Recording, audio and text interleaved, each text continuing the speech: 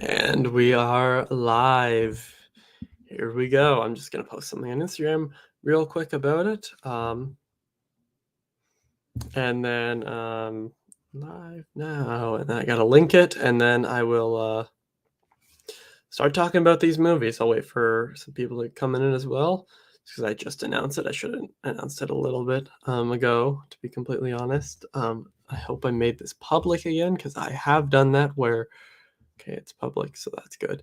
I've done it before where I've made it unlisted. That wasn't a good idea. It didn't work. Jason is here. What a king. Hi, Jason. How are you? I hope you're doing good. Just posting something on Instagram, and then I will be ready to go talking about a lot of, not just movies, but movies, TV shows as well. I'm going to be talking about Pam and Tommy, which I'm very excited about because spoilers, really love that one. So, yeah, I mean, I'm ready to do this. I again took that last week off. Not exactly, sorry, it wasn't exactly planned, but it was probably a smart thing to do, which was nice. Join here. There we go. And post. Okay, so again, I'll give it another few minutes. But yes, so the films I will be talking about today, let me just look at a list of them. They are films and just shows. Turning Red, Pixar. Uncharted, I finally saw in theaters. Studio 666, I saw nearly a month ago now. Pam and Tommy. Fresh, which is on Hulu, I think, in the States, and Disney Plus Star here in Canada. And The Fallout, which I watched a really long time ago, but I'm still going to talk about it. Doing great, my friend. Stay up till 9:30 p.m. or however long you'll be on. Yeah, this shouldn't be super long. It'll be probably around an hour. My Wi-Fi seemed to go down, but I'll get started finally in a minute. Just kind of getting everything up there. It's fun. Brandon and Chris are still alive, so you guys check it out too. But anyway, we got 3 viewers on here. Let's start this off. So first off, we are going to be talking about Turning Red. And we got some more people. Hey, what's up? Glad to see you here. We're going to be talking about Turning Red first. Now, Turning Red is the newest Pixar film. If you guys can't hear me well enough, just let me know. I'm just going to move my mic closer. Rocking this sick Batman shirt. That's it, almost hitting 3K subs. Thank you very much. Yeah, I hope I'd say, let's see, what am I at now? I don't even know what I'm at. I should probably check that. 260. Yeah, I hope by the end of April I hit it. When I start posting more and more music stuff, it seems that people love that. Anyway, Turning Red is Pixar's latest film, and I didn't really have that many expectations going into it. Thank you, Jason. Yeah, this is from Hot Topic. It's great. I didn't really have that many expectations. Now it's Pixar, so I know it's gonna hopefully be at least solid. Although recently, not just Pixar, but just Disney hasn't been like the greatest. I guess it hasn't really been up to what they really, it's like one of their best. Now, everybody loves Soul. I really enjoyed Soul. I don't think it's one of their best, although a lot of people seem to. So maybe I think I still gave it like a 4 out of 5. So obviously it's really good, but everybody's saying it's one of the best. Recently Disney hasn't been super high as they haven't been as good as they normally are. I'll say that. And Turning Red is definitely another example of that. This movie is fine. Um, um, I'm glad you liked it. It's a wonderful coming of age film, and no, I'm not biased because I'm planning to interview an actress in the movie. That'd be awesome. I would definitely watch that. There are things about this movie that are really good. I think obviously the messages of like every Pixar film, but this one, they're really good. And they're definitely obvious. It's like, I wonder what this film could be about. It's like, be yourself, even if you're a big red panda. And I get it. I get it for sure. But there was just so many times where it just went too over the top. I mean, the whole third act is just absurd and crazy. And, sometimes it could work in this case. For me, it didn't really I definitely didn't hate the movie, I just think it's just very fine. Would I watch again? No, I don't plan on watching it again, but then again, it's better than Luca, so there's that. Luca sucks. Luca I did not like Luca at all. This one was much better there. I don't think it's as good as Onward or Soul, definitely not as good as those 2. The animation, of course, is incredible. I watched this one a few days ago. The reason I didn't review it is because it took me quite a bit to watch it, because I had to watch it with my girlfriend, and she really didn't like it either. So I'm glad we kind of agreed on that. A lot of people are loving it, and I think that as a coming of age film, it's solid. It's got good messages. It's kind of got everything you need for that. But just as a movie, I didn't care for the characters. I thought that plenty of things in here could have been avoided, like, just, like, plot-wise, it's like, "Oh, that was stupid." I get, like, obviously, they have to do it to make the movie, but still, it was just like, "That's dumb." Literally everything in the movie is the mother's fault, and all the voice acting is great, okay? Pixar never, no matter what, even Luca, the voice acting is great. There's never been a time, for me at least, that I think in Pixar where the voice acting hasn't been top-notch. So, I should make that clear. The animation is gorgeous as well, animated for, here it works, and there were a few times where I was actually laughing out loud, and I should mention that it is, in Toronto, so that is pretty nice. Being Canadian, living in Ontario, it is pretty nice to see a film like this with not only Canadian representation, but, different cultural representations, all of that. The movie overall, though, really just it just wasn't my favorite. I didn't see that much that was too great about it. So, overall, I think I would give it a 2.5 out of 5, although I don't know, I don't see myself watching again. I didn't hate it, and there were great things about the animation, the voice acting, the messages, plenty of great scenes. But by the end, I just when it finished, I was like, "Really? That's what everyone was, like, hyping up?" And not everybody loves it. It's very divisive, and actually, fine, I'll talk about this. It's divisive for the wrong reasons. People are complaining because it's teaching young kids about puberty and periods and stuff. It's like, yeah, they should learn about this. Like, that part's stupid. It's just the reason this should be divisive is because people either like a lot or they don't. But whatever. Next up, we're gonna be talking about Uncharted. Now, I finally saw Uncharted in theaters last Friday, and quick little funny, actually it's a live stream, whatever. A funny story, I'll say. I don't know if it'll be quick. Um it was playing, when movies have been out for quite a bit, and I don't know why my nose is so itchy, sorry. Um and they're playing like the smaller screen type of thing. So that's what this one was doing, which I was like, okay, I'll just kind of show up there because I was out for the day, like shopping and stuff, and then just went over there, and and and and then I was like, "Yeah, I'll just go get my ticket there, it won't be full." The theater was almost full. There was, I think, like, besides, like, the very, very front row, there was probably, like, 7 tickets. So there were, like, quite a significant amount of people, like, probably about 100 people in there. So, and probably even more. That was impressive. As for the movie, though, I really enjoyed it. To be completely honest, I really enjoyed it. Hey, Alex, glad to see you here. You saw Uncharted in theaters. Very nice. Yeah. I saw it by myself. I've only seen 2 movies now. My hair loves to do this on live streams. I don't know why. I've seen now Free Guy and Uncharted by myself, and it's pretty relaxing and nice. Well, not the movie, but seeing it by yourself. Uncharted, though, I had a really fun time with. Now, I've played like 5 to 10 minutes of the 4th game because it came with our PS4 when we first got actually own all the games. I remember buying I still have it right over there, I just not gonna get up. Oh my god, my nose. Um, it's, I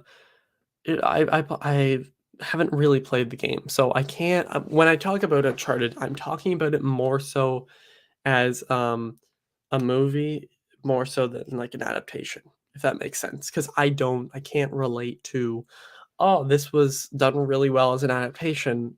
It's just like, in the movie, did it work for me? A lot of the stuff did. Uncharted was a blast. I really had such a fun time with it. I know that I've talked to one friend, the place that well, now used to work at, yeah, am switching jobs, so that's another thing that's going on, but, he's played all the games, he loves the games, and he said the movie was okay. There were some things, but a lot of the choices weren't like what they should have been, like how Sully and Nathan Drake meet and all that. But I think it really worked, in the movie. Minor spoilers. It's been it's been out for quite a bit, so minor spoilers. This isn't too much here. But, um, when Sully first meets Nathan Drake and Nathan Drake is stealing from the one girl a bracelet, and then he sees it and he steals it back. Like, I just think that is a very, smart way to put in there. You love Turning Red, and, wait, no, I already clicked on that one. Watched Uncharted twice, Parade of the 4K and the Steelbook. Very nice, yeah. I mean, the movie also looked really good. That's one of my, other favorite things about it was that I actually felt like I was playing a video game at times, and yeah, that's kind of obvious because it's a video game movie, but a lot of them don't do that. Like, the whole scene, I think it's if I could be totally wrong, this is just me talking out of my ass here, but I think they took that, like, plane kinda cargo scene from the 3rd game, if I remember, 2nd, 3rd, so I don't know for sure. I don't think there's 4 or 5 games. I know for sure there's 4, maybe 5, because I know there's some PS5 game, but um, although it could just be all them remastered.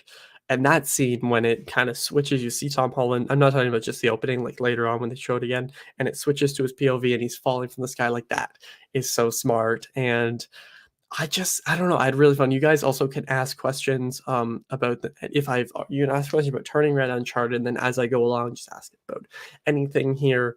Um, I hate about Turning Red. You're like, "That's good." I'm thinking about buying Uncharted on Steelbook. It's a very yeah, that's I think just one of the main things with the movie is that it's so much fun. I don't know, okay, people like my photo on Instagram. It's just such a fun movie. I had so much fun watching it because there is not a single scene that is boring. That's one thing that I really liked is that the pacing was so good. It was just under 2 hours. It flew by and I was entertained the entire time. So that's why I really liked it.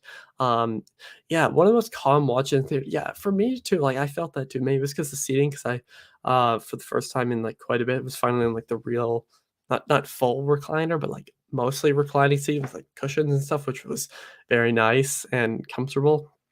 Oh, I didn't even tell my story about who else was in the theater. Whoops, I'll tell it in a bit. But I just felt like calm and like just almost like safe watching the movie just because I was like, this is awesome.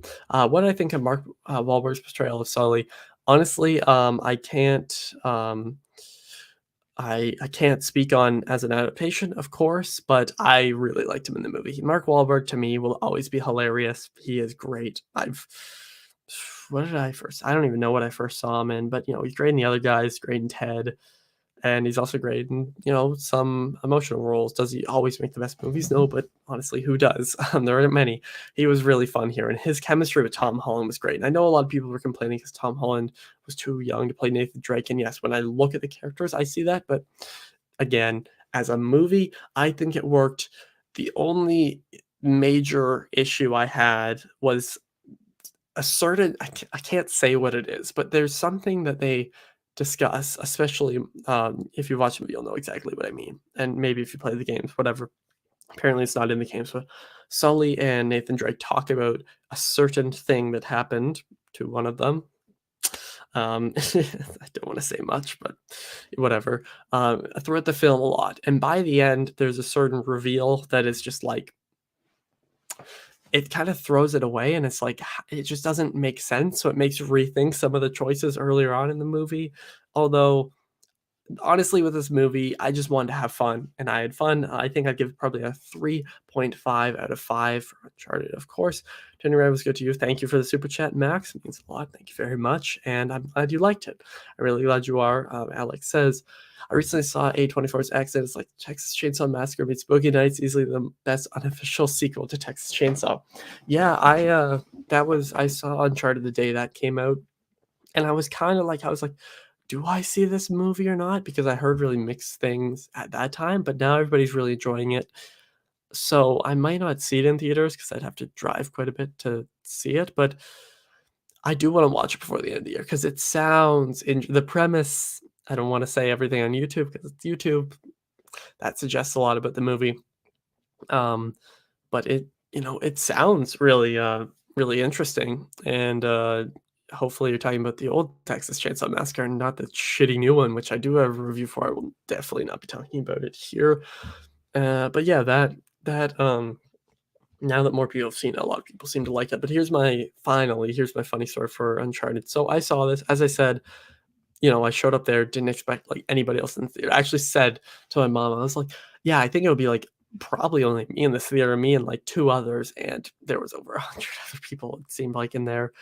And there was a family to my left. This is my left from where I'm sitting. That's some weird flipping camera stuff.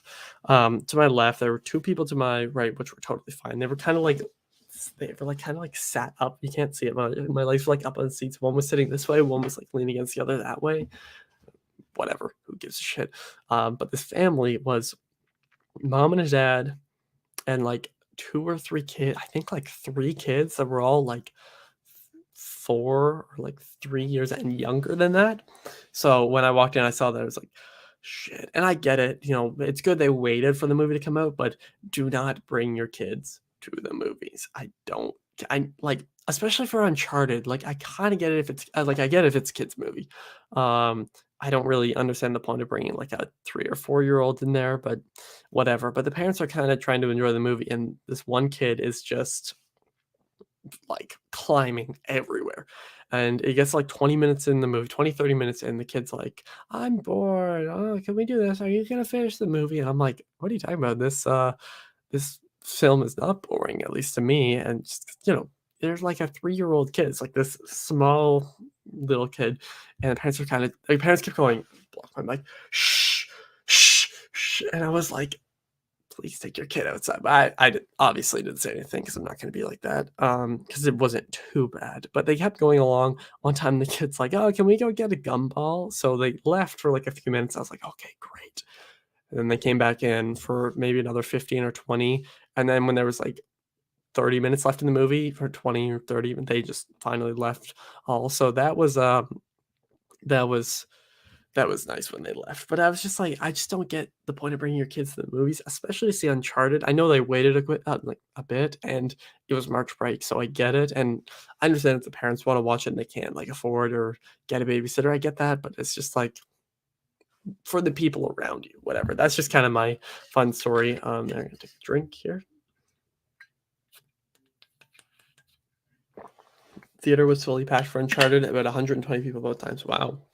Um That's great. It's really nice. Sometimes it's relaxing to see a movie. I'll talk about it in a little bit. With not many people, you can see my hair right at the end there. But for a movie like Uncharted, it would be nice just if they weren't kids. Are you planning to see the Oscars? Everyone seems to be not watching it, with the biggest mess of cutting a lot of hosts. No one wants. And Rachel's would not be. I didn't know about the last one. Yeah, Amy should fuck Amy. I hate her so much. Like, I know it's so obvious and such an easy thing to do, hate on her at this point. But did you see the what was that one thing she posted on Twitter, like Nightmare Alley, like, oh, my husband and it's Nightmare Alley, and let me see if I can find it. Actually, I'll try to find it on here, then I can put it on the screen. Amy Schumer host Oscars Nightmare Alley. Yeah, Jesus jokes, she'll tell. So, yeah, okay. Most of her comedy, humanity recoils in horror. Is called Amy Schumer threatens to unleash more of her comedy. Humanity recoils in humor. Okay, I'll find it, then I'll show it. But yeah, okay, I found it. Yeah, I'm not gonna say it because I don't know if I can on YouTube. Probably, but still.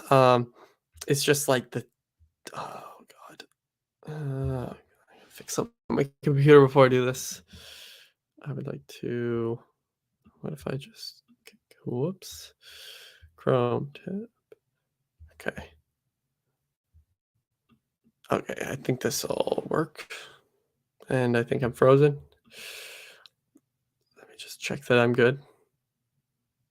Am I good? There we go. I think I'm good.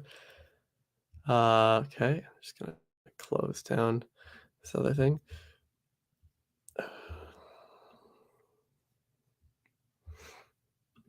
Okay, I think I should be good. It should be working by now. Um, okay, so here's the joke here. Speaking of Hollywood, Schumer teased one of the jokes that ultimately didn't make the cut.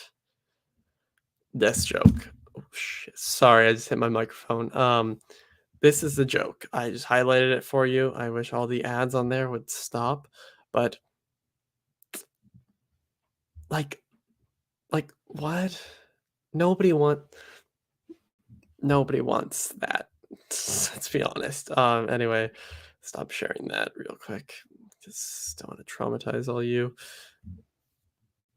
I hate Amy Schumer. That was a prime example. The second she posted that, I think it was Jared. Jared Talks Movies, awesome guy. I think he reposted this. He's like, "Oh God." So knowing me, I probably will watch it. Um, but I really don't know if I'll enjoy the Oscars because a lot of the stuff I just haven't seen. Like it's on Sunday, and I still have so many Best Picture nominees to watch, and I'm gonna try to watch them. Are you ready for Best Picture? Who the fuck's even not? I remember who's nominated. I think Dune probably, even though like it wasn't my favorite of last year. And the more I think about, I definitely need to watch it again because the more I think about Dune, I'm like, kind of just goes down. Um, Best Picture. Nominees 2022. But I mean, I still like, yeah, I still need to watch Nightmare Alley. Don't Look Up. Drive My Car. I really want to watch Belfast. Licorice Pizza. I still haven't seen it. It annoys me. West Side Stories on Disney Plus, so I'll watch that. Power of the Dog also. Um, Coda I've seen, which is amazing as well. King Richard. So yeah, I'll be able to watch most of these. Nightmare Alley is also on Disney Plus. So right now, I think I'll go with I mean Dune, but I've seen two of these, so I can't really say. I assume that Licorice Pizza will be my favorite out of these. So um, I guess we'll kind of see. You said yeah, screening for Uncharted was calm. That's great. Now we're talking about the Oscars here. Yes, I definitely should. I have the whole Jackass set over there. I love them. It's just the theaters were closed when it first came out. Please bring Billy Crystal. Yes, his thing in '92 it would have been with Silence of the Lambs. It's one of my favorite things. Yo yo, what's up? Glad to see you here. You guys are complimenting each other, which is great. Amy Schumer mid. She's way below mid. Let's be honest. Watching Power of the Dog. One emoji to explain it. Yikes, that's not good. Yeah, I've heard people either love it or they think it's boring. And the fact that you're on my stream while watching it kind of probably says something about it. So we'll see. You managed to see all the Best Picture nominees except for Nightmare Alley. I really do want to watch Nightmare Alley, so I'll watch that soon. I would say I watch one of them tonight, but I know I won't. Because a lot of them are really long. Nightmare Alley's 2.5 hours. What's the story? I think is that long. And then I've seen Coda. I'm not gonna watch Dune again before them, but before the awards. So to answer your question, yes. But I'm not really excited I just don't really care that much. I mean, the iHeartRadio thing my mom and brother were watching down below, Machine Gun Kelly won like alternative artist, and that says enough right there. I have a massive hate for Machine Gun Kelly. If you guys didn't know, speaking of music, we're gonna move on to our next movie, but keep going with your comments and your questions. We are going to be talking about Studio 666. And if you don't know what this is Foo Fighters Movie. Now, Foo Fighters is one of my favorite bands of all time. I think you guys know that. Chris and I from Filmstock have made a few videos about them. I made a few reactions as well as talking about my favorite songs by them. I'm seeing them in concert in Toronto, July. I'm so excited because they're awesome. I listen to Foo Fighters all the time. And this movie, I'm going to be completely honest, you're either going to love it or you're going to hate it so much because I know that one of my good friends on here, Joe from Guy in the Movies, who is awesome, and most of the time I'd say I agree with his opinions. He hated this movie, and I read his review, and I was like, you know what, I get it for sure.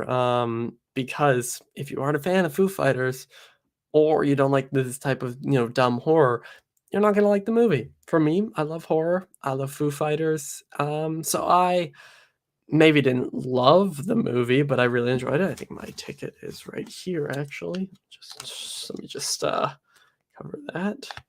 Studios, come on, lighting. Okay, it doesn't want to focus. Yeah, whatever. You can kind of see it. Um, yeah, Studio 666 though. Let's talk. So, Dave Grohl basically stars in it as he's the front man. It makes sense. I love Dave Grohl. He's one of my favorite musicians and musicians and people just ever. The amount of videos Chris and I send to each other of Dave Grohl is hilarious because he's been great since Nirvana. He's still great today. He is so smart. He is such a brilliant musician. Definitely one of my favorites out there. In this movie, I think this goes for everybody, but the movie was really funny and I mean, it was really funny, but it felt like something different when they were doing their own lines. When it felt like other people were trying to write the lines for Foo Fighters, then I was like, okay, this is kind of a bit obvious. And yes, the premise is very dumb about I'm not dumb, actually, it's a pretty good premise, but, like, the whole, kind of history behind it, it's like, "Oh, that could be stupid," but it was fun. It was fun. And I know I've said this twice now, but, Dave Grohl was really awesome here. He definitely kinda stood out the most as the person who had all the lines and had a bunch of lines that I felt was written by other people, but one person who, again, is one of my favorite members of, the band, Taylor Hawkins, the drummer. Love Taylor, one of my favorite drummers of the past. Actually, probably one of my favorite drummers ever. He is such a good drummer. But he was definitely my favorite of all the people in this movie because he felt like he had the most genuine lines. There was a ton that felt like improv. Pat Smear also was so funny here. I mean, they were all really funny. And this movie is not a musical, but like a music horror movie. And Pat Smear had so many great scenes, when he's sleeping in the kitchen and stuff. And again, I recommend this movie for people who are fans of the Foo Fighters. If you're not, don't watch the movie. It's really that simple. It's like it's a movie that's made for fans of this. It's not one that's like, oh, if you watch this movie, you'll start loving Foo Fighters because you don't hear their music in it. They discuss making a 10th album and they go out to this house that is haunted. And actually, like they released that song underneath the other name. I forget what it is. But it's actually a pretty cool thrash metal song. Like it actually really sounds like the 80s thrash metal, like Megadeth, Metallica, Anthrax. Anthrax. Fuck, what's the other one? Oh my god. Megadeth, Anthrax. I know you guys are all saying it right now. Thrash. One second, I'll get it. Slayer, that's the other one. Fucking Slayer. Anyway, and it's pretty good. And the whole, the movie is like, it definitely goes on for a bit too long, which is fine. And they talk about making that like 40 to 50-minute song for quite a bit, and it's pretty cool. And one thing though that I did really love about this movie is the kills. It's a fun slasher movie actually because the main plot. This is not a spoiler, although I feel like if you want to watch the movie, you would have seen it already if you were like that big of a fan. I could be wrong. I'm not saying anybody isn't a fan. I know when we're talking about music, people talking about being fans, not being fans is a big thing. But there's a certain kill with a symbol, which is awesome. Barbecue, all that stuff, which is just it's just so fun. And there is one thing with electricity with the special effects that looks awful, but the rest of them look really good, and the practical effects and everything. Dave Grohl gets possessed by this old band after he plays their old tape, and he's like, I found the sound for the new thing, and he starts going and trying to pick off the members of the band. That's the plot. It's a pretty cool plot. There's added stuff of like, was it a squirrel or no, it wasn't a squirrel, a raccoon maybe, of like their blood and stuff. And it's a fun movie. I don't have too much to say about it because it has been so long, and I would have done a review. I don't really know why I didn't, but I felt like there's a ton of things I loved, a lot of things that I was like, okay, that's kind of just silly. But I almost like when I watch it, it's like I don't think of this the same as I would about other movies. I kind of see it as a movie for fans of the Foo Fighters or just like a fun time with these guys because they're playing themselves, obviously. And that's why I also think it can't really be judged the same as the other ones because it's not the greatest movie in the world. There are tons of things wrong with it. tons of really cool things though. I would definitely watch it again though. That I feel like that's one big question. Like for some of these movies, Turning Red, I don't really like. I could watch again. I just wouldn't put it on myself. Uncharted, I definitely would.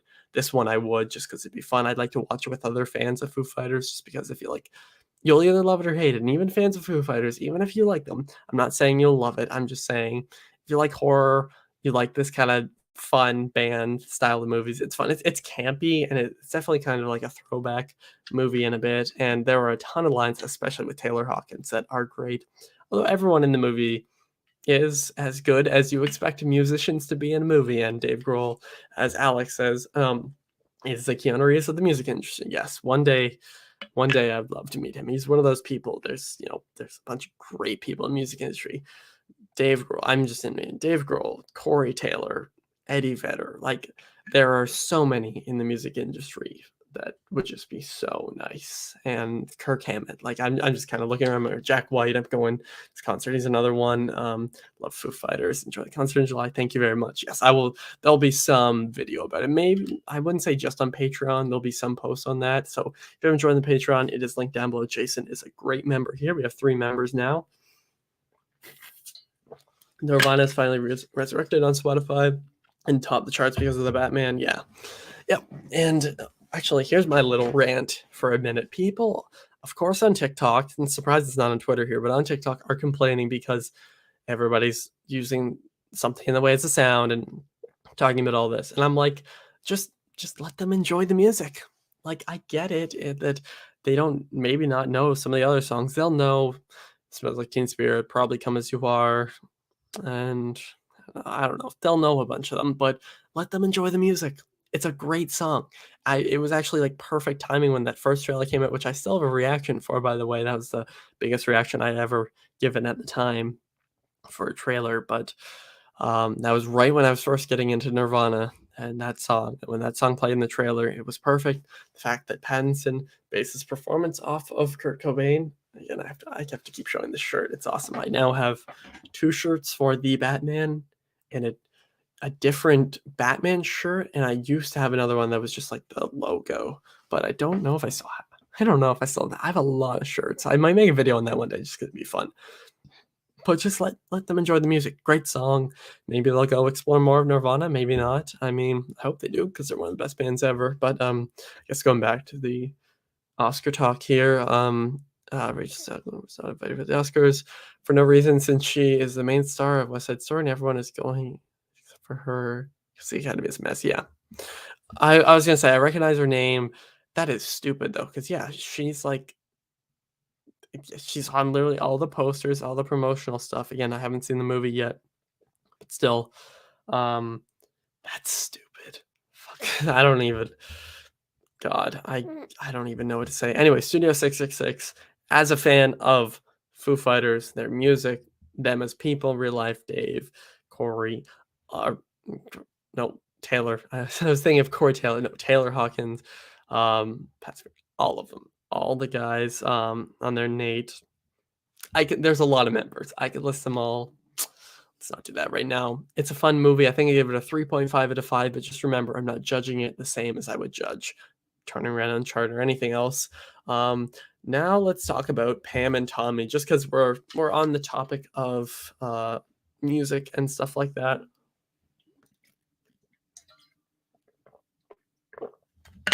As I accidentally chug this, Pam and Tommy, I loved this show or miniseries, whatever you want to call it. I absolutely love this. Okay.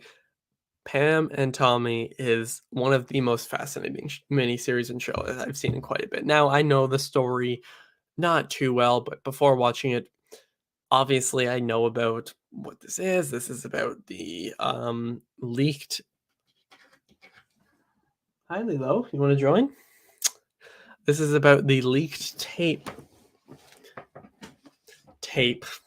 of Pamela Anderson and Tommy Lee, Motley Crue, drummer, and Pamela Anderson of Baywatch, and in 95, 94, something like that. I think 95. Seth Rogen's character he stole the tape from their house after getting mad at Tommy Lee because he fired him, leaked it to the internet. it became a massive thing and really ruined the life of those 2, but especially Pamela Anderson. And the first thing I have to say, obviously, I'll never know fully what's accurate, what isn't, although a lot of stuff here seems accurate. The performances, though, I forgot to leave that up. The performances here are fucking phenomenal. This is like some of the best work I've seen in the past few years. I mean, Sebastian Stan, you guys know, I absolutely love him. Man crush, yeah, of course. I mean, can you blame me? No, but um, hi, here, come here, you. Okay, or not, or leave. Sebastian Stan is just phenomenal, absolutely great. You guys know I love Motley Crue, and he like when watching the first few episodes, I watched the whole show with my girlfriend. That's why it took a little bit longer because I didn't see her for a few days, and I didn't watch the final episode when it first premiered. But I watched it week to week as as I should have. And I mean, Sebastian Stan really did his homework. I'll say that he had every nuance and kind of like gesture of Tommy Lee, this thing that Tommy Lee kind of does a lot. He typically goes like that. If you watch him in things, maybe that's part of the drugs. But I don't know. One second, I'll gotta think. Problem with the cat. Hi, Lilo. What do you want? Okay,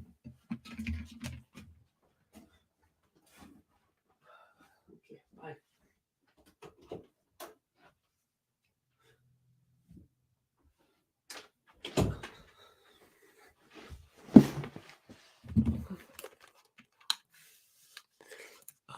But anyway, yeah, Sebastian Stan had everything down. The transformation was great. I remember first seeing the pictures of him and I was like, wow. But as a big Motley Crue fan, especially of Tommy Lee, one of my favorite drummers of all time, like top 5 probably, he really nailed everything down. The special little nuances of Tommy he got. And I don't know as much about Pamela Anderson, but Lily James was phenomenal as Pamela Anderson, and the transformation of her into Pamela Anderson was perfect. It was exactly what I wanted. If I stand is everywhere these days, it'll be amazing and fresh. Well, that's what I'm talking about next on the stream. So um, stay tuned, I guess. But I think that the first half of the show, this is what, like 8 episodes? I think like the first 4 is just very rough.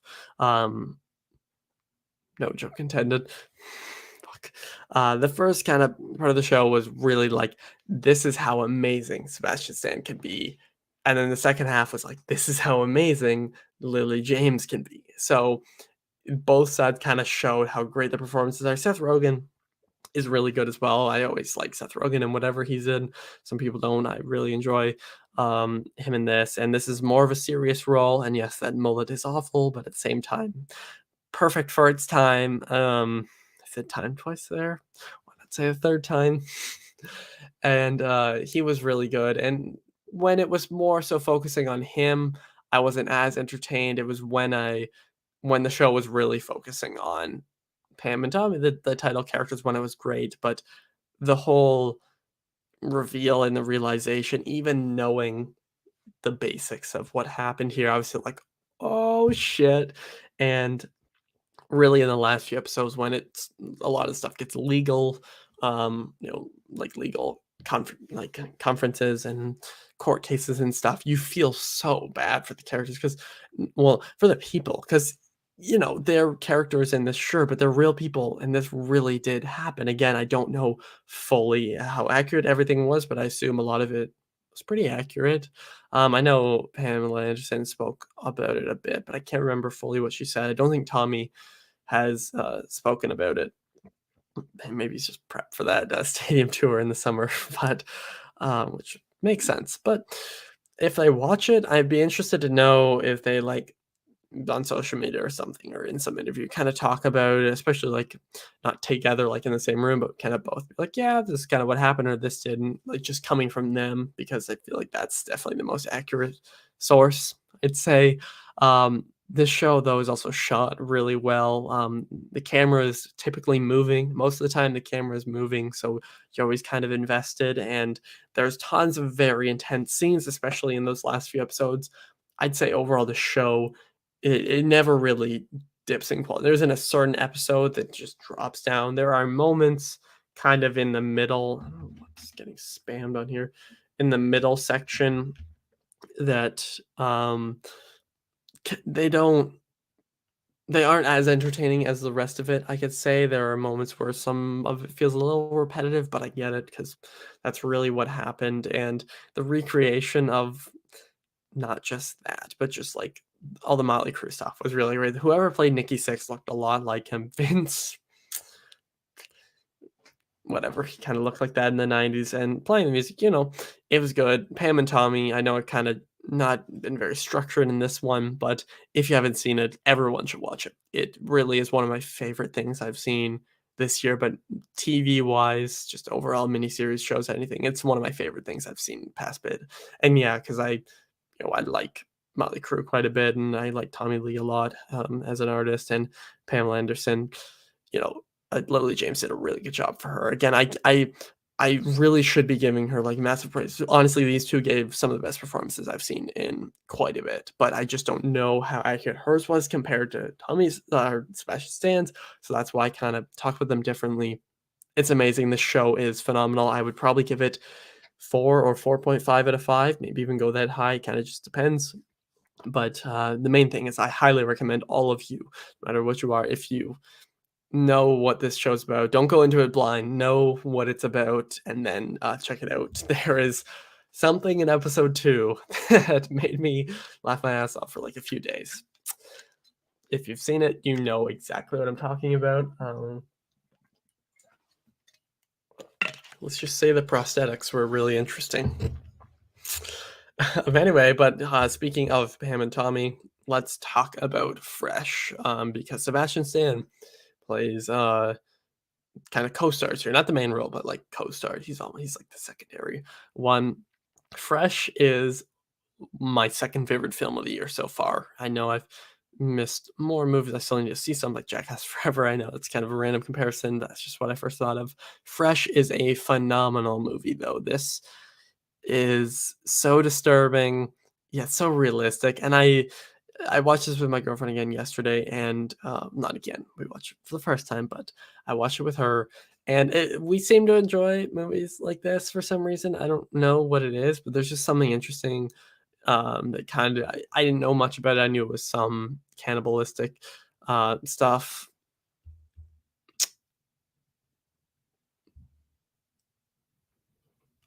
Okay,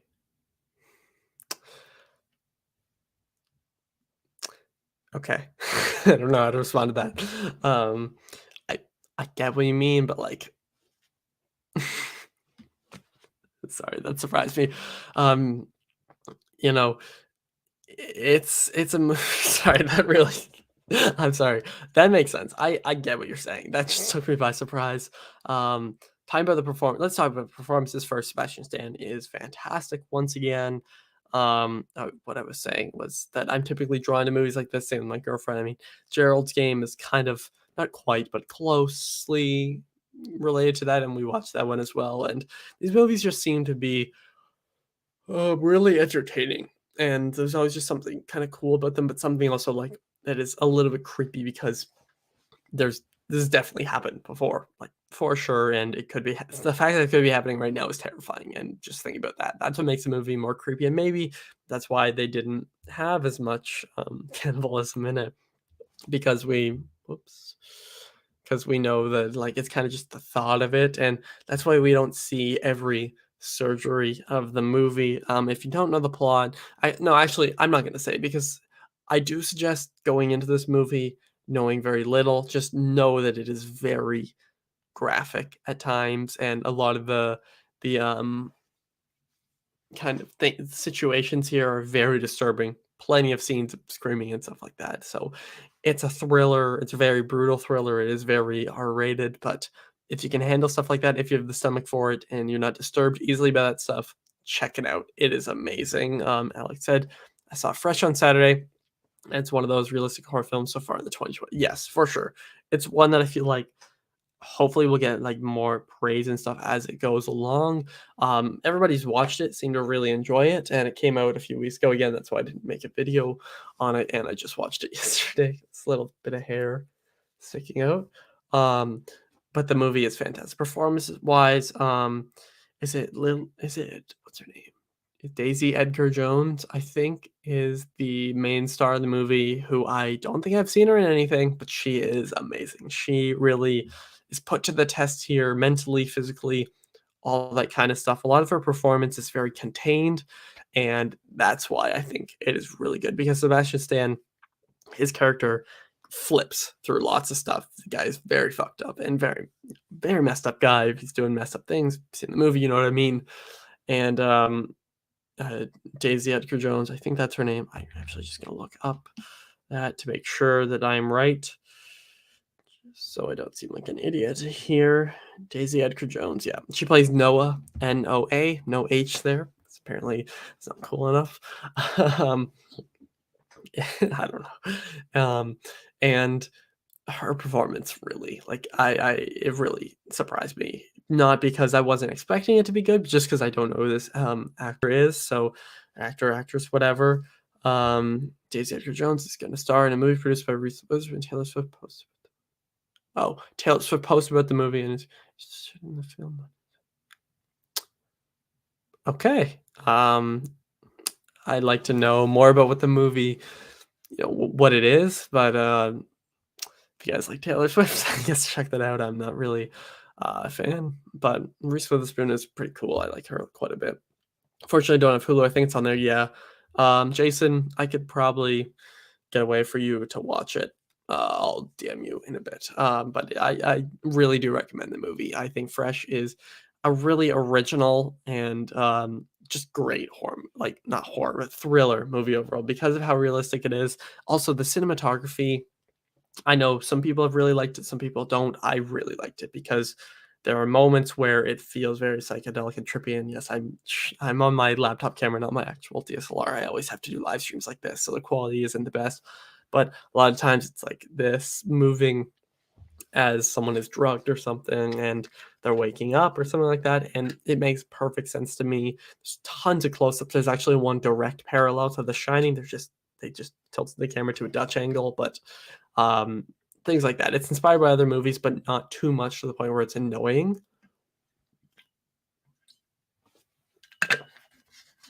And yeah, I think as for problems, the movie by the end maybe goes on for like 10 minutes too long, but there really isn't many problems with the movie. Fresh is one of my favorite films of the year so far. It will definitely land on my top 10 list unless this movie, or unless the year just fires a ton of perfect movies, I guess, that are as good as the Batman. But right now it's just at number 2. I'm going to give Fresh a 4.5 out of 5. I love this film. You guys should all check it out really soon. This movie is the movie is directed by Olivia Newman. It is an adaptation of Delia Owens' best-selling novel. Okay, so that new movie. Okay, I'll look into that. Thank you, Alex, for that though, because I really enjoyed the performance here. I think just the concept is so interesting and it was pulled off so well. And I think the fallout will be probably the last thing we'll talk about. I did tell Jason that I will talk a little bit about the Batman here, but I will be talking in spoilers. So I'll give you guys that warning, but most people have seen it by now. But let's talk about The Fallout for a bit. So The Fallout is another one of my favorite films of the year. I have it at number 3 right now. It stars Jenna Ortega and is one of the most heartbreaking movies I've seen in quite a bit. I just thinking about it. I watched this movie so long ago. I think I watched it back in. Can I check when I watched it? I think I watched it back in like February for sure. It is before all the Batman stuff, I think, and it is. Did I write it down? Yeah, I watched it February 8th, so about a month and a half ago, and it is quite a film. It is very impactful. It deals with a lot of modern issues. One of the big ones being school shootings, and that's kind of like I went into the movie knowing almost nothing about it. I just knew that a lot of people really enjoyed it. I knew nothing about it besides Jenna Ortega and Maddie Ziegler or whatever her name is in the movie as well, who they're both really good. I'll talk about Jenna Ortega more in a bit because she is fantastic. But then I was watching it, characters are kind of I'm talking a little bit more. They're in the bathroom, kind of checking this, and then pow, pow, you hear that other things, pow, just shots, and you're like, oh shit, and I wrote in my letterbox review. I'll read it out word for word, but let's see. I said Megan Park, the director, doesn't shy away from the true effects of a crisis like this, and that's why this movie is so special. Actually, I'll read the whole thing. The fallout is another raw and powerful cry for help. The messages of this movie are not subtle, and that's why it feels so real. Megan Park does not shy away from the true effects of crisis like this, or crises like these, and that's why the movie's so special. Jenna Ortega is fantastic here. I hope to see her in more soon. Jenna Ortega is in everything now, apparently. Oh, Chris is here. Love to see that. I was on your stream with Brandon for quite a bit. I talked about that just at the start here. And I will I need to go back and watch part of that. But yes, Chris is here. We're talking about the Fallout and Jenna Ortega. Yeah, she is everywhere. She's in Scream. I still need to see Scream 5. X, I heard she was in the Fallout. She'll be Wednesday Addams. That's pretty cool. And she was in Studio 666. She's actually in the opening scene and a later scene. Minor spoilers, Chris. You should check out Studio 666. I think you'll either hate it or you'll have a fun time with it. I can't talk about that earlier. But Jenna Ortega in the Fallout is phenomenal. She will not get the praise she deserves, though, because I did not feel like I was watching a movie one time here. It felt like I was watching a documentary, something along the lines of Bowling for Columbine, which is one of the best documentaries I've ever seen. Watched that in school back in November, I think, November, December, and that one blew me away. But it really, because it focuses on the same topic, obviously, that talking about the Columbine school shooting, Jason and Chris exchanging hellos. That's what I love to see. And this film is just one of the most powerful films I've seen in quite a bit. And there's more as the film unfolds, and it's more about discovery and stuff like that. So it's not just about if you're kind of tired, which I don't really see how people could be, but if you're not a fan of movies about school shootings, that's not just what it's about. It's kind of about acceptance and finding who you are and discovering more about yourself when situations like this occur, which is obviously awful. And Jenna Ortega just was perfectly cast in this movie. She blew my mind. She was so good. Maddie Ziegler, I think that's her name as well. If I'm getting it wrong, I'm really sorry. She was really good in the movie as well. She wasn't a massive standout here, but I liked her. I think that her and Jenna Ortega really worked well together, and everybody in Jenna Ortega's family was very good. But the direction, I think Megan Park, I'm pretty sure is the director's name. I really want to see more from her. Let me just check I can't remember if she has more movies or if this is her directorial debut. I think it might be. Oh, yeah. Okay. So, yeah, this is her directorial debut, and she's Canadian as well. That is awesome. That is yeah, she was, I guess, starring in other things, and then she went to directing, and she really has an eye for movies like this. I'm interested to see what she'll do next. The Fallout is phenomenal. You guys should all check it out. It's on Crave for me in Canada, so probably HBO Max, although a lot of you have probably seen it because it came out quite a bit ago. Uh, Chris Jason, are you, Chris Jason, are you one of my favorites in this community? Yeah, yeah, those guys are awesome, but if you want to hear it, I'll open it up a bit for more questions about all the films I talk about, or just movies in general, and then we'll talk more about the Batman. In spoilers, I have seen it twice now. If you guys would like to talk about it, definitely let me know. Ask any questions for the few of you. I would say the three of you on, but it never seems to be right for the numbers. So yeah, anyway, just kind of going quickly over them. I have to go now. Yes, have a very good night. Alex, thank you for being on this whole time. I'll just kind of run through the movies really quick, fast. So, Turning Red, not something I had high expectations for. it was fine. I don't really see myself watching again, but I wouldn't hate to see it again. I just would never put it on my own. It was fine. It's just all right. Animation's great, voice acting's great. Everything you come to expect from Pixar for that. Those are kind of just the basics. Messages are really great. A lot of people are relating to it, which I love, but for me, it just didn't hit as hard as I think it should have. Uncharted was a very fun time. I can't really speak on it as much, kind of as an adaptation as opposed, or I can speak on it more as a film opposed to an adaptation because I've only played like 5 minutes of the fourth game, so I don't know much about it. Studio 666 is a film for fans of the Foo Fighters and really nobody else, which you'll hate or you'll love, and that's how I feel about the movie. You'll love it or you'll hate it. I had a really fun time with it. Yes, tons of things are cheesy. A lot of the dialogue is very hit and miss at times. But there are some pretty great scenes. I love Dave Grohl. I always will. Taylor Hawkins is great. Pat Smear, Nate Mendel, whoever you want to say, they're all really good here. Taylor Hawkins for me was the standout with a lot of great lines, which I would be able to repeat if I talked about this movie 3 or 4 weeks ago because I saw it almost a month ago.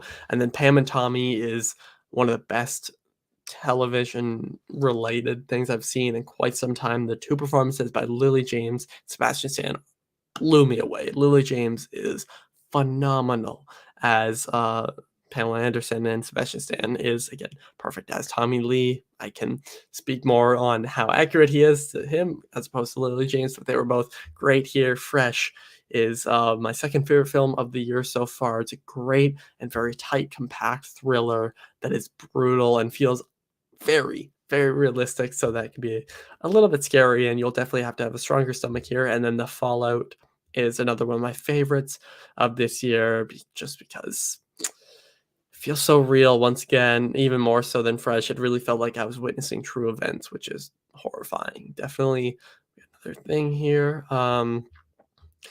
Yeah, fear is a tool. I check the Batman. Sure, I'll talk about the Batman in a little. Oh, Jason, my man, you are too kind. You are awesome. Go to see the Batman for the 5th time on Saturday. The car chase scene is the best for total surround sound. As always, thank you for all that you do. Thank you for all that you do. You are an absolute king. I'm going to leave this up here for those to see because that is so much. $50 is quite awesome. I hope you have a great time at the Batman. Let me know how it is. Of course, you damn me like every day, and that is great. The Batman is one of my favorite movies ever now. Like, I've seen it twice now. I can safely say it is one of my favorite movies. It is exactly what I wanted. Let's talk about the Batman for a bit. So, any questions? Let me know. Thank you, Jason. I will probably continue to thank you throughout the stream because you're going to be here the whole time, and I appreciate that. I won't keep you too late. We'll probably only talk for a little bit more about the Batman because I have a review of it, and I'll tell you guys on this stream here. One of my big plans for what's coming next. So what I'm working towards right now is making a massive Batman ranked list. I plan to make a list of like, let's see, how many films have I watched? I probably oh, Chris just became Patreon. That is awesome. Thank you, Chris, for that. I plan to make that's really nice to see. Thank you, sir. Yes, join Chris's Patreon as well. It's awesome. I was binging through a lot of your videos. I don't know if you're still on this, Chris. If not, whoops. But I was binging through a lot of your Blu-ray videos and like the hunting videos a few nights ago while watching some stuff, and then I watch your comedy videos or comedy movies that need a sequel. But what was I talking shit? What was I talking about? Batman, my favorite movies.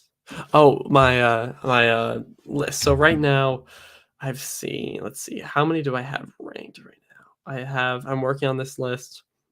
It's private though. So I have 15 Batman movies that I've watched so far. I have like 15 more of like the animated ones to watch as well because I have this big set of all the, like, not all of them, but most of them. It's like 18 films in there. So what I plan to do is rank as many Batman movies as possible all in one. So we're gonna be talking 30 or 40 Batman, like probably like 35-ish Batman movies. I'll try to watch as many as I can and just, my favorite character of all time, Bruce Wayne, Batman, whatever you wanna say. So, that's the reason why I didn't post a ranking for, the movie. It's just because for, like, the typical live action movies, because I wanna go from Batman 1966, whatever, still need to rewatch that one. I I I was thinking about going all the way back to the '40s because I have seen those when I was way younger. That's how devoted I was even as a kid. But I I was like, yeah, no, that's a really long. Gotta put this on the screen again. Thank you, Jason. Uh, I'm gonna go from 1960s all the way up to Batman 2022 and try to include as many animated films as possible. I'm also reading through a lot of the comics. I've actually accumulated, that's a fun word, quite a good collection so far. I have probably about 10, so that is great. These are almost out of sight. Catching up now because I was signing up for your Patreon. Awesome. I was just talking about how I was binging your your Blu-ray videos a little bit ago, Chris, like a few nights ago, and then I was watching your comedy video that need a sequel last night. Everyone should go on there. But talking about the Batman, I'm working towards a big ranking of like 35-ish Batman movies. I'm 15 in right now. I have like 15 more to go, but a lot of them are very short. And honestly, like I really want to watch Under the Red Hood again because that movie is one of my favorite animated movies ever now. That one is quite phenomenal. "Oh, you're here. Like, was it long time?" Yes, I'm trying to click on these. What's new? That really just went through a ton of movies. We talked about Fresh, Pam and Tommy. That's a show, obviously. Fallout, Studio 666, Uncharted, Turning Red. I think that's all of them. We went through quite a bit there. I don't know why my chat is now getting messed up. That's fine though. We'll talk about the Batman in a tiny little bit. Spoilers, of course, because it's been out for quite a bit. I do have a spoiler-free review out from a while ago. But basically, what I'm saying, I know I keep rambling on here. I kind of do this when I'm by myself and not with somebody else. I'm working towards like a 35 to 40 Batman movies ranked, and I think that'd be a lot of fun. Did you watch the Batman versus Robin? No, but that is in the Batman set that I have. Not Batman and Robin. Batman versus Robin. Yeah, I think that's a sequel to Son of Batman. I think, which might is it is it it'd probably be Damien then if it's Son of Batman. I don't know for sure. I'm also to my Batman picked up this recently. Returned to Arkham, so it has Arkham Asylum, Arkham Knight. I've almost beaten I don't know why I said beaten like that. Beaten Arkham Knight, which yes, I played first, but oops, I already had it. So I started it twice before, but I finally almost got through it. I know who Arkham Knight is because I have basic knowledge of Batman. If you have any kind of not basic, but slightly, very slightly, like just if this is surface level, if you're like here level, you'll figure out who the Arkham Knight is. Obviously, I know who it is, but I've gotten pretty far in that game. There's a lot of things I love, a lot of things I don't. Says yeah, following Son of Batman. Yeah, yeah. I watched that. Batman vs. Robin is so it's Court of Owls and Court of Owls. It's got Damien and Dick Grayson. Awesome. So I actually have the comic for Court of Owls, so I'm gonna read that and then I'm gonna watch the movie. But anyway, I'm gonna play these games too. I'm gonna have these will not be in the ranking, don't worry, but I'll have a video about all the games. I don't know how long that'll take. But let's talk about the Batman. Okay, so any questions you have, ask. This is one of the best movies I've ever seen. Straight up perfect. For me, as a fan of Batman, a pretty avid fan, the shirt obviously doesn't just say it. I would show you guys, but on my door, which has been my room ever since I was like 1 or 2 or whatever. On my door, right behind my towels, I might post this on like Instagram or whatever. There's a little like mini poster that's probably like this is the size of the game, just for reference. It's probably the tiniest bit bigger, maybe like this big. It's just the tiniest bit bigger. I don't know, my nose is still so itchy. Oh my god.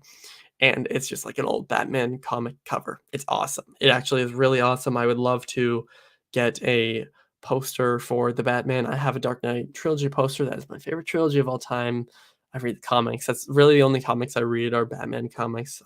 Maybe in the future would like to get into the other ones, but for right now, the ones I'm most interested in is Batman because I really just want to know as much as I can and almost like study the character just because I find the character that interesting. I don't, yeah, masterpiece, absolutely. Just everything about it for me as an adaptation of the character.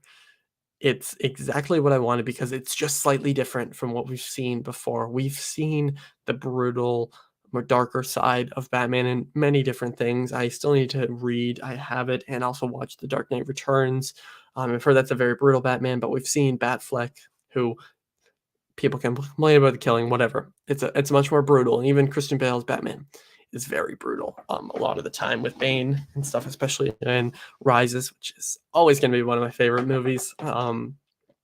So seeing this Batman that, again, we're talking spoilers. So near the end, when he injects the adrenaline inside, he just fucking beats down on the guy. I mean, that is awesome. Even seeing the reaction from Zoe Kravitz's Catwoman, perfect casting, by the way, as well. It, even seeing it again, I know what was happening, but I was still having so much fun again, guys. I know there's a few of you on. Thank you. Spoilers for the Batman. It's just your warning. Does it rank higher than the Dark Knight for you? It does not, although it is really fucking close, which says a lot because the Dark Knight is like possibly my favorite movie. I have Saving Private Ryan at number one. I still think that is my favorite, but the Dark Knight is probably the movie I've seen the most in my life. Definitely up there. But honestly, it ranks higher than the other two movies in the Dark Knight trilogy, which is one of my favorite trilogies of all time. Those other movies are like I had them in kind of like the 40s when I made my favorite movies list like back like 2 years ago, but they would be much higher now. This movie also would be way up there. So I have it at number two right now. I love how it focuses on less on the rich brooding side, which you already love, and more of the detective work. Yes, and that's actually exactly why I've only played Arkham Knight, but the Arkham games, because a lot of that is finding clues. Yes, I'm shit at it. I'm not good at playing video games, and maybe I'll stream that once, but I don't know. I don't really know how to do that. So if you guys want to see that, let me know. But really, I'm not good. So it would kind of just be probably frustrating for you guys to watch. But it really felt like world's greatest detective put into a movie. The way that he works with Jim Gordon here, who like I never expected someone to be as good as Gary Oldman, but Jeffrey Wright is up there. He is honestly just as good. I would probably put um, Gary Oldman as my favorite, but they are just as good, like just with each other, just because we've seen more of Gary Oldman, and I like the younger connection between them. But I really like how this movie was year two of Batman because um, it's like we've seen the origin story enough. Wow. Okay. Wow. We've seen it enough, so we don't need to see it again, especially in this style. So we already seen even a darker side, but what I love, is actually one a lot of people's, like, complaints with this movie is what they call I have it right here, emo Bruce Wayne. People don't love it, and I might make a full video even breaking this down. I'll probably just put it on TikTok or something just because it won't be that long. This is my reason why. I'm basically just gonna give you guys the video, just hear me talking live. The reason why he is emo Bruce Wayne is because of the effect of his parents' death. A lot of this stuff is stuff you guys know, and it's obvious, sure, but his parents' death has affected him so much that he doesn't want to be involved with the name, and he feels his true personality is Batman and feels like he's putting on a mask when he is Bruce Wayne. So when he kind of goes and him and Alfred talk about it too. Again, great. By the way, can't wait to see more of him. Heading out for the night. Keep doing your thing. Got to catch up for sure. Thank you, Chris. I know I'm rambling a lot here, so I apologize. But yes, hopefully we can be on a stream soon and all this stuff and make more videos and all that. If you check out Studio 666, I think it's on demand now, or you can probably find it somewhere. Let's be honest. Great, but um, I think that the way that it's shown of his parents' death affecting him instead of just showing his parents' death is so smart. I mean, you see his parents a few times in there, but you never once see the pearls fall or something from his mom. I just think that's so smart because I love that detail of the pearls falling that we've seen in a ton of things. Um, but people love to complain about the fact that he is emo Bruce Wayne, but it's like this is exactly what would happen if a young kid's parents were killed. And when they go on to make choices to become Batman or whatever. It makes sense, and I remember hearing in that novel that they published before, I think it was a novel, I do wanna read it, about how he made the car, like the Batmobile from, like when he was 16, and it looks like it's from like a sports car or something. It's great. That Batmobile is fucking phenomenal. And Jason talked about how having it roar in IMAX is amazing, and it is. And when I saw this film March 2nd on the fan first screening in IMAX, and God, hearing that, I was smiling so much here. I don't know, like, yeah, it makes sense of the phases. Exactly. The film is another message about grief, and it's shown so well. Robert Pattinson, I know I haven't talked about him yet. Let's talk about him. He's the man. I love Robert Pattinson. I will fully admit, when he was first cast, I'd only seen him in Twilight and Goblet of Fire. That's all. One Harry Potter movie. That's all I'd seen him. Twilight's my least favorite film of all time. So I was like, oh fuck. And then I saw him in Good Time, and then I saw him in The Lighthouse, saw him in, well, High Life. I don't really like High Life, though. I just realized that that movie still exists, like, a few days ago when I saw a post about it. Saw him in Tenet, Devil All the Time, and I knew he was gonna be perfect. As soon as I saw him in The Lighthouse, which is my favorite film of 2019 still, I knew he would be perfect, and yes, Christian Bale will always be my favorite Batman. I know most people say Kevin Conroy. I feel like you can't really rank him compared to the other ones because it's just his voice, but he's perfect as Batman. But Christian Bale, maybe I'm biased because he's probably my favorite actor, but Robert Pattinson is one of my favorites as of right now, and he's my second favorite Batman because his Bruce Wayne is very quiet and subtle, but it's just all with his face. The fact that at that funeral scene, just more to show with the grief, how everybody, the one who's running for mayor is trying to talk to him, and all he can do is focus on the little boy at the front who has lost his father. Brilliant. Brilliant, brilliant. A choice of Matt Reeves there just to show it visually. He doesn't have to say a thing like, "Oh, that kid up there, I bet he'd be sad about losing his parents." Like, a lot of movies would do that, but he just visually shows it, and when, the Riddler's car fucking flies in, and the fact that he protects him out of everybody's just like, that's what Bruce Wayne would do, in my opinion, and especially this style because we've seen the whole kind of yeah, kinda I'd say, like, kinda playboy-ish level of him where he brings home a bunch of girls all the time and always has different ones on dates, and we've seen that in many different ways in the animated series, which I'm watching, by the way, and, of course, the Dark Knight trilogy, and for those, it works great. I don't wanna make it seem like I'm complimenting something and taking away from another. If I compliment Christian Bale's Batman for having this playboy style, I'm not taking away from this kind of deeper, more emotionally affected version of him. It's just like they're both great. Let's be honest. They're both some of my favorite movies. All the Dark Knight movies and this one. I know I'm kind of rambling on a bit. My favorite scenes, I'll kind of just talk about that. That'll probably be the last thing. If you have any questions, definitely ask me. And you can always DM and ask questions on Instagram and TikTok and all that stuff. And I will answer, especially if you are a Patreon, then I will definitely, I'll have some more Linkin Park videos out now because I had someone join, Abraham, and he asked when those will be coming out. So I will definitely be posting those soon. It's just a little heads up for you. I know that Jason, I assume, is still here, and he's on Patreon like a king. And yeah, the Patreon, there's different levels.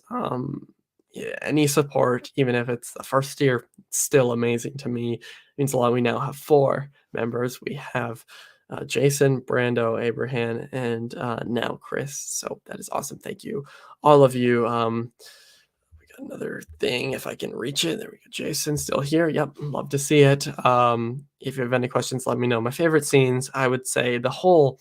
I mean, I should say the whole almost 3-hour movie, but the whole the Riddler men fighting Batman and him finally feeling like he was taken down, cutting the wire that cuts the electricity and falling down, saving everyone and guiding them like kind of like a warrior in a way is exactly what Batman would do. And the way he fights them and the way he uses all his gadgets is amazing. But I'd say the scene that really just this is gonna sound bad. Maybe it is, maybe it is, but the Batmobile scene really just it got me going. I know it got a lot of people going when I was watching it. I was like, "Holy," when he revs his engine engine, and chases the penguin, who is perfect by, Colin Farrell. Colin Farrell? Yeah, I think. I always there's so many Collins in Hollywood, so I always get them mixed up. Like, I know who they all are, but I get the names mixed up. Colin Farrell, I think I can't wait to see his HBO Max series. I think that'll be interesting. I would like to see more about Catwoman, who I will talk about in a bit. But when he chases Penguin and then he jumps through the fire, knocks him over, walks up there. Oh, it's gorgeous, and they really did it, so that's why it looks so good. It will always look so good. I hope you guys know that I'll be ordering this. Just like I typically pick up movies day one, especially if they're like single ones. I know the Godfather trilogy came out today, and I didn't pick it up yet on 4K because it's gonna be really expensive. I hope maybe win a movie scene Canada contest. That'd be awesome. But I would like to pick those up someday. But the Batman is like I'm I've never pre-ordered a movie yet, surprisingly, but I will probably pre-order something. Depends on the steelbook. That would be seen in Dolby Theater. Don't mess around. I can tell you that much. Yeah, I saw it in IMAX, and it blew my mind. Even seeing it in the regular kind of style, you could say, just so good. I mean, that movie is fantastic. Even a lot of the people I've seen, I know it's like there's a ton of trends right now on social media, on TikTok, and all this stuff, where it's like you are not the Batman, me literally being Batman, or using something in the way and changing the lyrics and stuff. I love them all. I see so many. I send a lot. I send a lot to Chris. I'm sorry. Send a lot to my friends as well. And I actually have one friend who, after he saw the movie back, probably a few days after it came out, he said like this might be genuinely the best movie I've watched. And I know a lot of people who kind of have dissed superhero movies will kind of think, oh, this is already one of your favorites, because really I haven't had a new release be one of my favorite movies in years. 2016 or 17, maybe. Yeah, probably 2016 or 17. I would say maybe not 18, maybe 19, but like 2016 or 17. I'd say those 17 is probably the last time where one of those movies has jumped up to one of my favorites. But I feel like because I've seen the movie twice, I can really speak on it. It isn't just a shock value. And yes, when I see it for the second time, because it is so recent, I know where stuff is going, and that's just my fault. I'm like, okay, I remember that. I'm deciding in my head, try to remember what happens in all the scenes. I think finally I'll just end it off by talking about the performances, because they're all so good, and the characters. Catwoman, Selena Kyle, Zoe Kravitz. Now, Michelle Pfeiffer is in Batman Forever. She is great in that movie. I don't love the movie. It's all right. It's good. Like, it's solid. She's fantastic there. But this Catwoman is perfect, because this is exactly what they do in year one. Year one is one of the most iconic Batman comics, and that's what a lot of this is based off of, especially for her character. It's basically the same there. And and she just, having her come from this darker background, in a way, this line of work, you could say, is not exactly what happens in year one, but it's pretty close. And relating her to the Penguin and Falcone, John Turturro, just fantastic there. Um, but Zoe Kravitz played this role perfectly. I know there was talk about her getting an HBO Max show or whatever, start her own spin-off show, and they kind of canceled it, but give her a fucking show. She is so good. Like, she's just as good as Rob Pattinson here, who is, again, perfect, but she is exactly, when I think of Catwoman, that is what I think of. Because in this, well, when I think of Selena Kyle, because in this film, Matt Reeves even said, like, she is not fully Catwoman yet. This is Batman's year two, but this is Catwoman's year one. And I think that is a perfect way to describe it. She still, you just tell by the mask she has, that it's just kind of her own. But her riding on the bikes, that one scene that leads to the Batmobile scene, but like when Selena shows up there and tries to take the money and finds her friend, it's creepy. And there's so much Zoe Kravitz really just exactly. That was one of my favorite things, is that they just got all these characters right, but Catwoman really stood out to me. Jason said, "Definitely day one for me, 4K and steelbook if possible." Yeah, I don't have too many steelbooks. I don't typically get the new release ones, because I don't live near Best Buy, and Walmart doesn't have that many, normally, unless it's like, a movie like, let's see, Planes, Trains, Automobiles. That one kind of was randomly out there. Ferris Bueller's Day Off, maybe? Almost Famous, I can't remember. Like, they have, like, the odd steelbook, so if they have one, but I just need to get this in 4K. I'm making a collection video soon. My 4K collection is definitely something I'm proud of because if I know a movie is on 4K and I see a Blu-ray, even for a very cheap price, I still just wait and buy the 4K. And I spent a shit ton of money.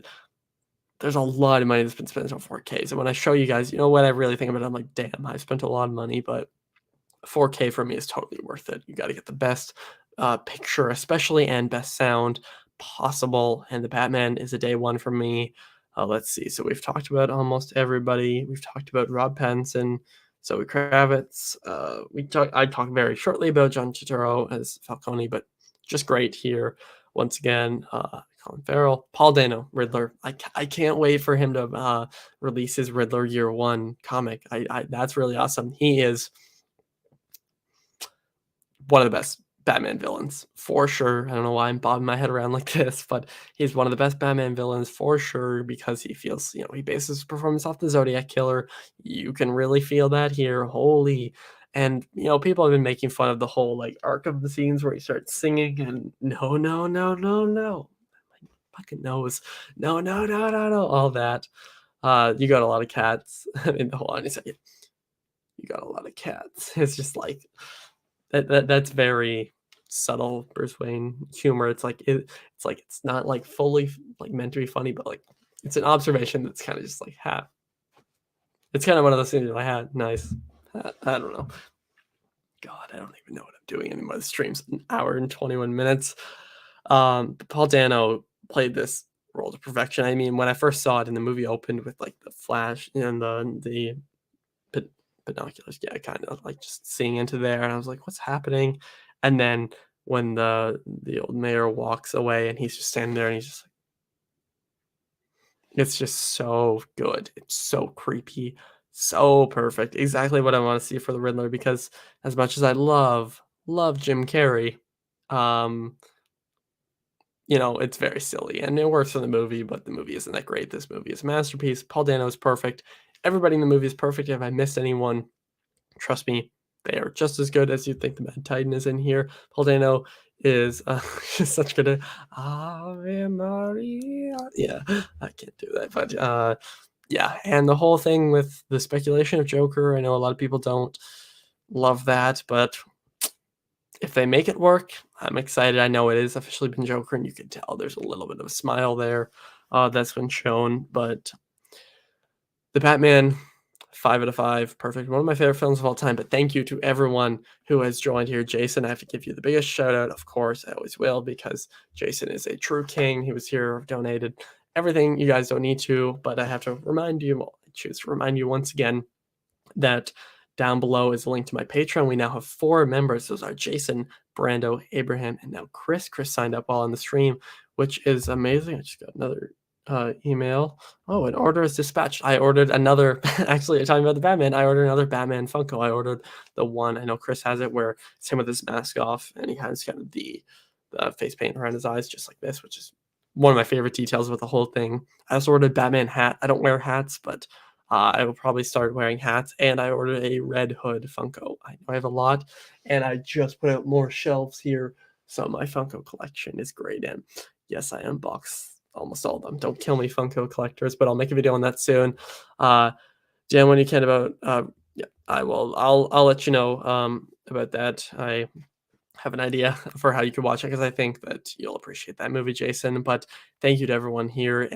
Again, always, if you're watching on the replay, that'd be awesome as well for anybody. But follow everything. It's all linked down below in the Patreon. There's a bunch of different tiers. Thank you to all who have been here and continue to support. I got a ton more videos coming to Patreon. I know, again, I took a little break, but I'm back, and a lot of great things coming to the channel soon. Check out all these movies because most of them are really great. Thank you all for watching. I'll see you guys next time. Over and out.